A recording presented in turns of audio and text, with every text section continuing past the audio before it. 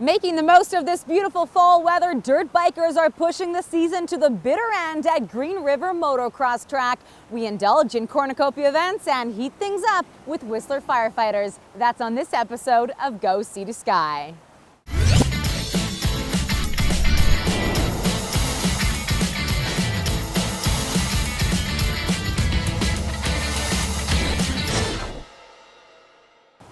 Welcome to Go Sea to Sky. I'm your host, Heather Butts, hanging out in the Whistler Village. Now, many of us are getting excited because winter is certainly on the way, but some people are taking advantage of this warm fall weather and pushing their sports season to the bitter end.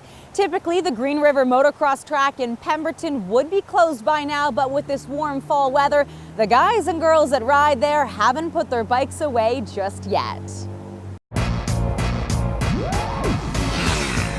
I pretty much live to ride. I work a lot, and then pretty much on the backside I'm either working on my bike or coming out to ride at the track.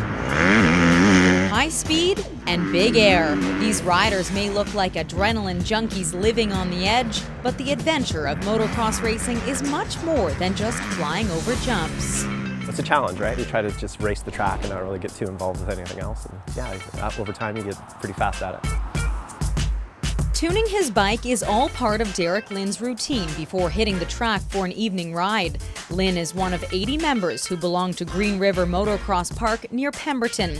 The track is usually closed and bikes put away by this time of year, but the warm, dry fall has allowed these guys to gear up and keep riding. A major bonus for those who do this instead of meditating. I don't have to think about anything else but that right now, and and it just feels good. I guess it's a form of expression too, how aggressive you want to ride or how not, or how much of a goofball you want to be when you're out there riding. It's, like I said, more of probably good meditation where you just kind of get in that groove and, a session for a good 40 minutes or so. Hitting jumps and banking around corners, riders get to experience a pro-rated track right in their own backyard. Like a pro would go around it in a minute, 45 seconds. Land-wise, it's probably over a span of 30 acres. The track goes from small tabletops to, I think the largest tabletop would be 70 feet, 75. Triples and doubles are on the track as well. It's a good place to start to get going and stuff like that. It's not, the ground's not that hard when you wipe out, but, it's sandy. It's kind of got like a sandy content to it. Pro riders train here in the spring before heading east for competition, but it's the regulars who keep it going. The nonprofit organization relies on donated equipment and skilled members who volunteer their time to keep the track in perfect condition. I groom it probably once a week. It does get pretty hot here, middle of the year, so it gets a little dusty, but we do have watering and irrigation at truck as well. What started as a small sand pit, the motocross track has grown over the past 12 years into a place where men and women can experience the thrill of off-road racing. And for those not wanting to go this big, there's a track for kids too, built by these members in hopes of growing their sport. We're kind of at a time right now where there's not too many young kids out riding again, so we'll see. It'd be nice to see it change. It's the grassroots of the sport. Well, this season may be coming to a close. These riders are already looking forward to next year.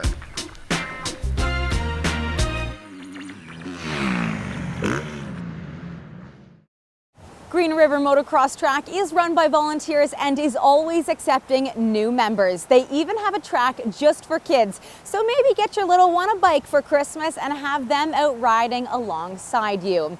Now, another sign that winter is on the way, Whistler's Cornucopia Wine Festival takes over many venues and restaurants throughout the village. New this year, the Mexican Corner highlights flavors of a nation, pairing tequila with other authentic dishes. Now, events aren't all about dining out. Some will help you do it yourself for the nights that you want to stay home.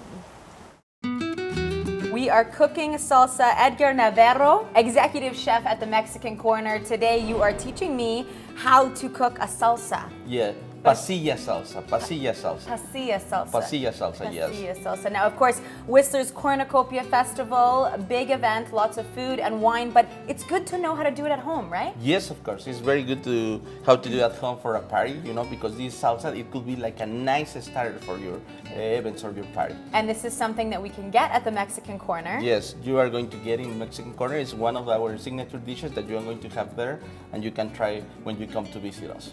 So try it with you, but then you can make it at home. So this is our ingredients. This is what's going in. Yeah, Talk this to is us the about ingredients, Heather, that we have. You know, we are working with ratios, and we are going to use 4 tomatillos. Then we are going to use 4 dry peppers. This pepper is pasilla pepper. That's the name that we got that one. We are going to use only 1 garlic clove. We are going to use some pinch of salt, sea salt, Okay. local salt, and we are going to use avocado. Avocado. Yes. Okay. Then after you have that, we are going to use a pan, yeah, and we are going to put the tomatillos to roast. Then we are going to leave for a minute only the tomatillos cooking, and we are going to expect to have just like that. If you see, to the Mexicans, we love the things that we call tatemada, blackness, very blackness. Why? Because they give a lot of flavor. So char it. So Yes. it's very soft. Yes. Char it. Look at that. Okay, you can Yes, squish juicy, it. juicy. Really Yes, juicy? really juicy and really soft. Okay, and now what are we doing with the peppers? Look at the peppers, what are we going to do? Look at the difference. You are going to put in soaking hot water for 30 minutes. Okay. You are going to put your water to boil. It's already boiling. Then you put your peppers, put the pot out of the heat, and then you are going to leave for 30 minutes. That's the amount. Then you are going to have here the pepper, and I'm going to show you when you know that it's ready. Look at, and we are going to open. Yes. And look at it. When you can do like that, you see, you can obtain all the pulp of the pepper. That means that it's done. Okay. It's perfect for the salsa. So this whole pepper goes in. The pepper, the 4 tomatillos, Tomatillos. and then look at, we have the garlic, but you are going to use garlic with the skin. And you are going to char it with the skin, yes? Because they are going to give you more flavor. Then, when you are going to blend, you are going to peel the skin, you know? And then, we're going to use that one. You're going to have, very easy, you're going to have your blend. And we're going to put our garlic. We're going to put our tomatillos, yes. All in the blender. This All looks in the blender. Too easy almost. Too easy, yes. That's for the, not for ladies, that's for the men, they can help in The home. men can Yeah, help, they okay. can, if they invited somebody to home, they can prepare that one very quickly and very easy, you see? And then we're going to cover, and just we are going to do a blend, you see? That's the reason that we leave very juicy. Yeah. They are going to there have you the have it. texture like the chunky, you know? So this is it. This is the real salsa. This is ready the salsa, but we are going to add in something for be more casual, more modern, you know, to this salsa. This is the traditional dish. This is a traditional dish. This is and the now we're adding my taste and adding my flavor, you know, to this. What are we going to do? We are going to have some manzanilla olives. You can have a whole or you can have ready slice. If you have ready slice, what are you going to do? You are going to do chop a little bit, you know, in 4. All right. Yeah. Yeah? Yeah. Then we are going to put in the salsa. Look, I'm going to put a few here. Yes. And then I'm going to use some. Now what is this? This is a cheese? This is a cheese. Your basic mozzarella? Yes, very no. Edgar, why do you like food and wine festivals? Cornucopia is a big festival here in Whistler. Yeah. Why are you excited to be part of it? Why do you like it? I am very excited because it's going to be my first cornucopia. I love to cook. I love to express by my dish, and I think it's a great opportunity for Whistler for show all the great talent that we have here in Whistler. And we want to give that Mexican spicy to the festival, you know. And you have a few events that people Yes, can yes. come and. We're going to have from Friday to Sunday, and we are creating very nice events with the Mexican flavor. And also we are inviting very good chefs, friends for us, that are coming 2 Michelin stars from France. We're mixing very, very, very well. Then we are going to use some olive oil, and we are going to drizzle a little bit, just like that. And then we're going to take the salt, just like that. And then, for finish, we're going to use Avocado. avocado. Of course. Of course.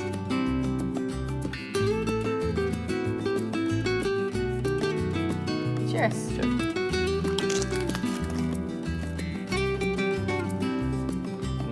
Delicious. Yeah.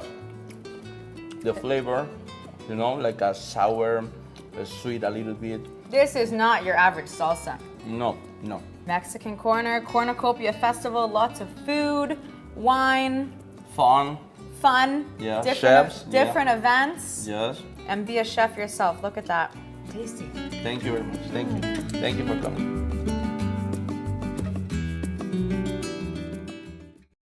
Cornucopia Wine Festival runs November 7th through to the 17th, so there's plenty of time for you to check out one of those tasty events. Now, if you'd like to see one of these stories again or share them with a friend, all of our stories are available online in HD. Visit youtube.com/Whistler Shaw. Go see the sky, we're your local voice. Coming up, There's about 230 whiskeys up there, so our job is basically to help guide you through that. We've got offerings for the super beer geek and for the initiates of the beer world. whiskey and beer, it's the best stag a guy can get. The following are proud supporters of community programming on Shaw TV. Hairstyling and color services for Heather Butts are provided by The Loft Salon. TheLoftSalon.com. Levitt Machinery services all the brands they sell, anywhere in Western Canada. If you have big machines for moving stuff and they have a problem, Levitt can fix it. Need a lift? Stack it, reach it, lift it. Levitt.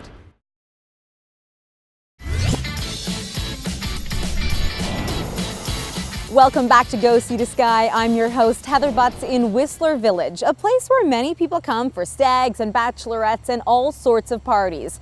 Now, the stag has evolved over the years, and if you have a man in your life that wants something special, well, the Wedding Bells have some creative ideas for you. Hi, I'm Aubrey, And I'm Sarah. and we are the Wedding Bells. I just got engaged. And I did not. We're on an adventure to plan the big day. Give me an S. S. Give me a T. T. Give me an A.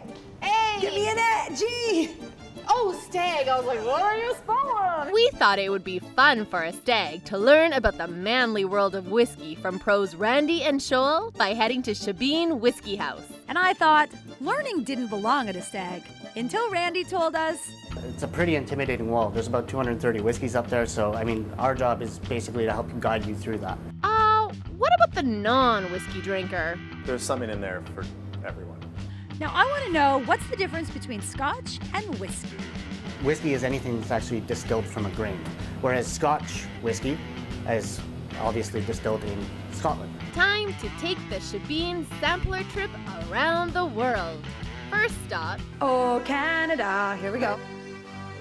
And It's hot. if you do, So here's the other thing you can do, right? Is you can add rocks, which I like to do. And Sarah's first taste. oh, there's a party in my mouth.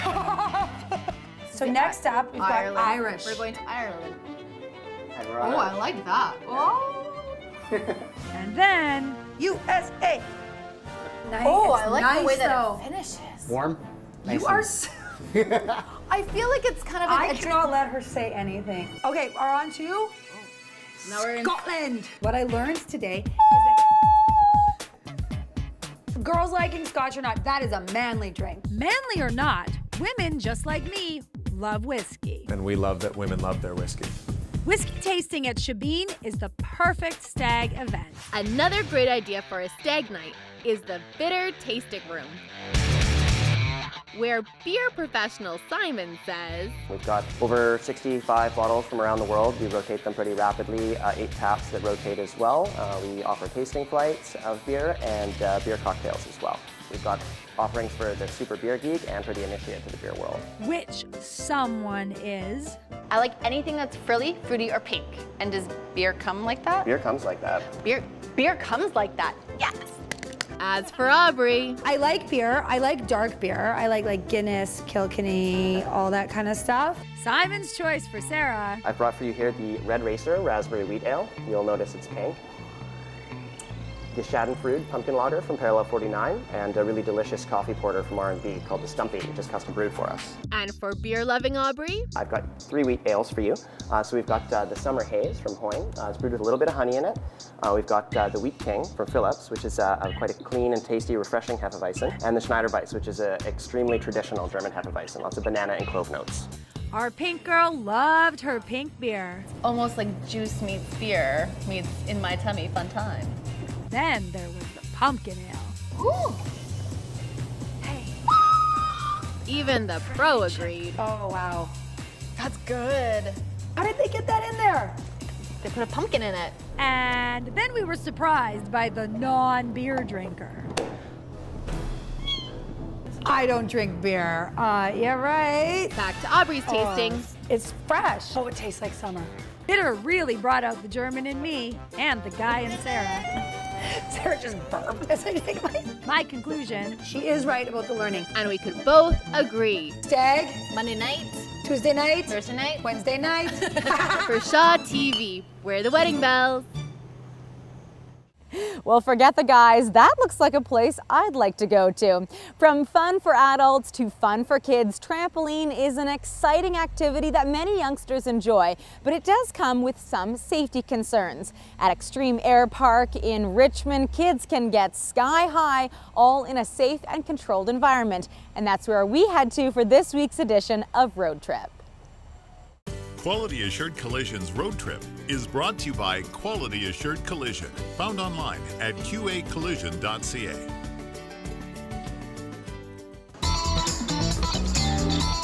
think it's the sense of freedom. You're bouncing 10, 15 feet in the air if you get a really good jump going, and I think that's exciting. That's fun to a lot of people to kind of do stuff that they wouldn't otherwise normally be able to do. Imagine being able to jump as high as you can without worrying about getting injured.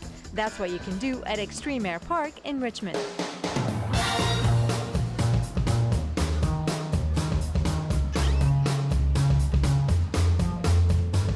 Extreme Air Park is a 42,000 square foot interlocking trampoline sports facility. So we do trampoline dodgeball, trampoline basketball. I've got a free jump area, half pipe, foam pit.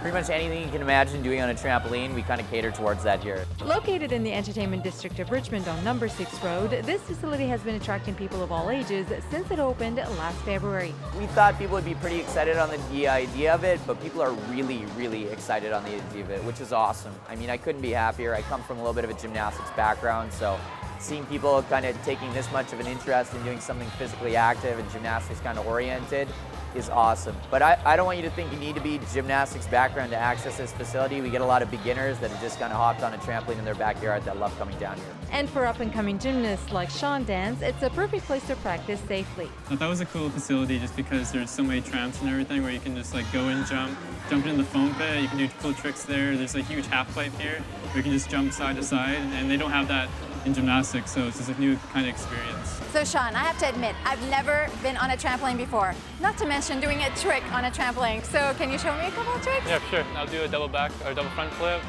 and then maybe try a double back flip for some twisting thing. Yeah. Do you think I could do it? You could do maybe a front tuck. Front tuck. Well, we give it a try.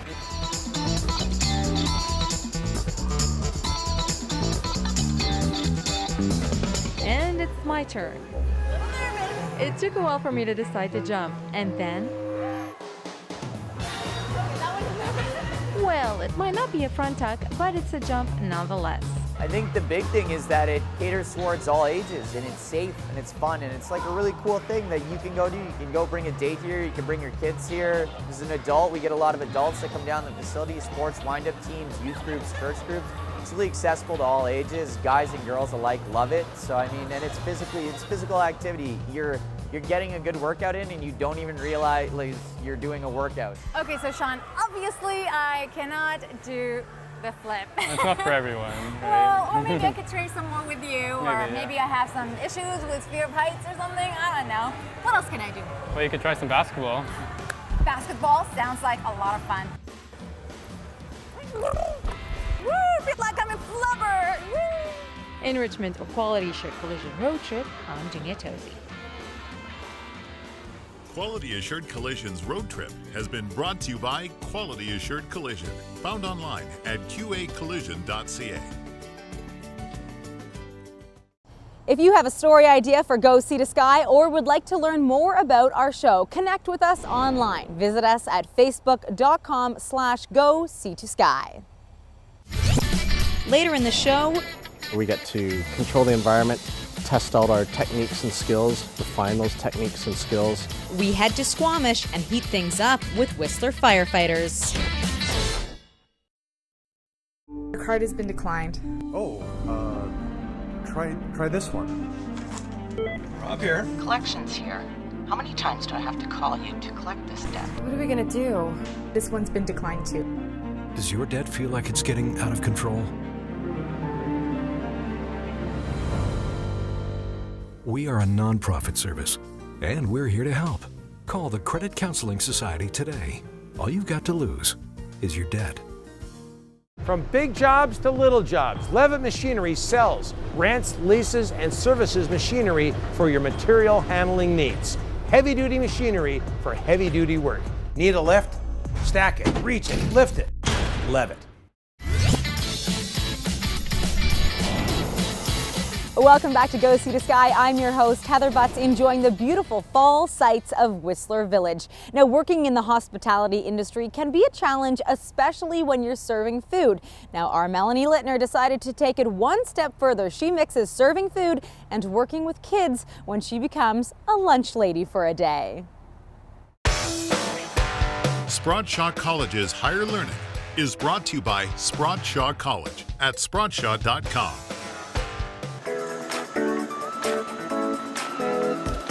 As a kid, one of the best parts about going to school was finding out what my mom packed for lunch. Well, nowadays, companies do that for you. And today, I get a lesson in sandwich making when I become a lunch lady. Towards the tail end of elementary school, I started making my own lunch. So I think I'd be a good sandwich maker. This will be great. I hear a hairnet's involved. It's probably my least favorite part right now. Hi, I'm Tammy Mann, and I've been the lunch lady for 3 years. We need to make fresh, hot, healthy food every day and deliver to the schools on time. Okay, I'm ready to go. I have my uniform on. What do we do first? First, we're going to beautify you, and you need to get your hairnet on to make sure no hair falls into the food. Gotta look good. I don't know if this looks good. For first task, it's going to be making fresh sushi. I've never made sushi before, ever. Okay, so shiny side down. You get your hands wet because the rice is sticky. Yes. Okay. And we keep it covered so it doesn't dry out. Right. And then you just squish it. And then you take a couple of cucumbers, just like that. A little bit of crab. It's fancy lunch. Yes. I'm sorry, but the last time when I was in school, we had sandwiches. Who are these kids eating sushi? Did I do this wrong already? Yeah, you did. You don't want to get the wrap wet. Not the wrap your wet. hands wet. For so the you can rice, grab the rice. Yeah. All right. So apparently I'm not paying attention. Squishy. Just two? Yeah. And then crab. Melanie seems to be doing okay. She's a little bit slower, but with time, you get a little bit better at it. Perfect. Well, not really. Look at the little wasabi. Yeah, Oh, that's wasabi cute. and a little bit of ginger. You want it flat. Yeah. There it goes. My rolls are a little and then two more. overweight. Okay. These aren't the prettiest, though. I probably wouldn't serve them. Melanie's next task will be should be going into the fridge to put the cold food into the kids' bags. You need to know your alphabets. So you would match up the letter of the alphabet with the letter on the sheet, and then you'd find the child's name and you put that item into the child's bag. So you want to make sure the F goes in with the F. So this says G. That's so not F. Yeah. She knows her alphabet. Melanie's doing pretty good, but she is still a little bit slow at that. She could quicken up the pace a bit. Georgia. David. Okay. David's got a wrap and some milk. It's cold in here. Life of a lunch lady. Lunch ladies are tough. They're friendly, but they're tough. What are you making? The bean and cheese burrito. Can I have one? No. Oh. All right. No testing the food, Melanie. The next task is going to be going to the daycare and dropping off the delivery for the kids.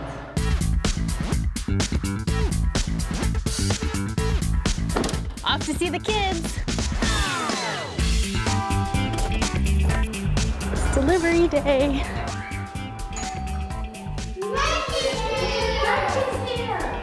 Turkey sandwiches. What else? There's lots of turkey sandwiches. Does everyone like turkey? Yeah. Okay, Tammy. I spent the afternoon with you and everything went well, I think. Would you hire me or would you fire me? I think you did pretty good. A little bit slower than I expected, but you're hired. Really? Yes. I thought Melanie did a pretty good job. You need to be really nice and personable to be a lunch lady, and she was that. The only thing, like I said, she just needs to be a little bit quicker. Other than that, I thought she did great. I would absolutely do this job. I'd be good as a lunch lady. I've been hired. Off to another delivery. Spradshaw College's Higher Learning has been brought to you by Spradshaw College at spradshaw.com. Well, Melanie, that is not a job for everyone, and neither is firefighting. More than 80 men and women are proud to say they are part of Whistler Fire and Rescue. They're skilled personnel who work very hard to keep our community safe. And we met up with a crew in Squamish for a very unique day on the job.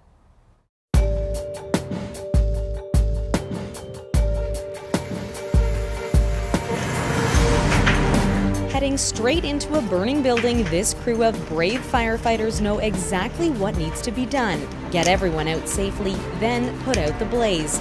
Luckily, this fire is part of a routine training session. So now we're going to do a real scenario. We're going to make the fire get nice and hot. Obviously, when the game is happening, when you're actually going to a fire, you want to make sure that all your equipment's working right and you know how everything is working, and so it's just good to practice. Training for firefighters is crucial. The skills and techniques used need to be so deeply ingrained they are automatic when the situation arises. It's got to be second nature, because if we don't, then it slows things down, it slows the response. And if there's people in the building, you want to get the hot smoke and gas out quickly so you can rescue the people. And if there's not, you still want to, stop any property damage. Crews with Whistler Fire Rescue Service train every week, but this special scenario at the Squamish Fire Training Facility happens just once a year. Here, crews are able to practice different attack and ventilation techniques.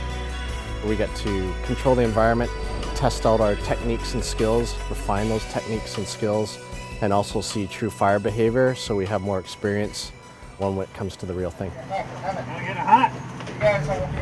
Stoking the fire with wood, there's no doubt it's a real blaze waiting for them inside the building. This environment allows us to reignite a fire, make it even hotter, do a basement attack, do a first-in attack. There's just all kinds of things that we can do, and do many evolutions, which we couldn't do anywhere else. So it's really important for us. This training facility allows crews to see firsthand how flames react to different environments and how hot 600 degrees really is. At the base of the fire, it's about 350 degrees.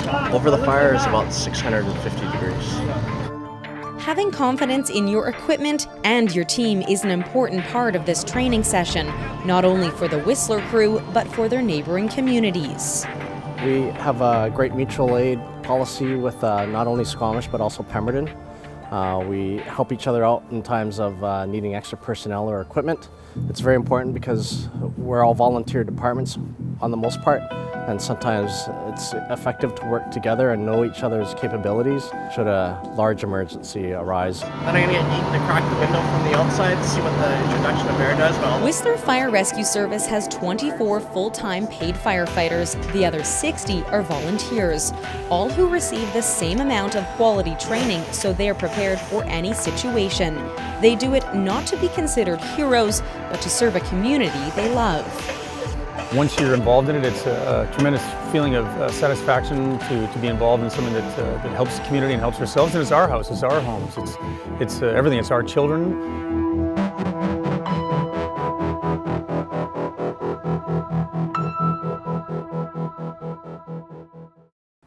Now, even just a small fire inside that building had temperatures reach between 300 and 600 degrees, heat that could certainly be felt from 30 feet away where I was standing. That is this episode of Go Sea to Sky. Thanks for watching.